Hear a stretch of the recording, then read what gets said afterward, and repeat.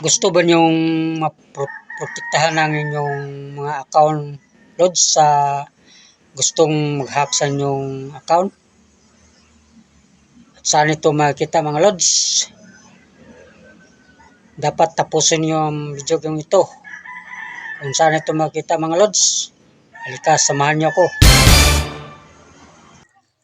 Dito sa menu, punta tayo sa Chrome. At dito sa Chrome, pindutin ang tatlong guhit sa kilid.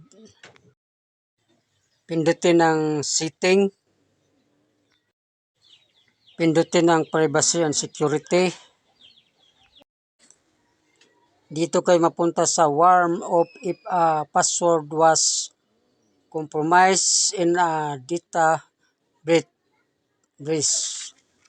At dapat ito ay turn on ninyo para hindi kayo ma-hack kung mayroong magtangkang mag-hack sa inyong account.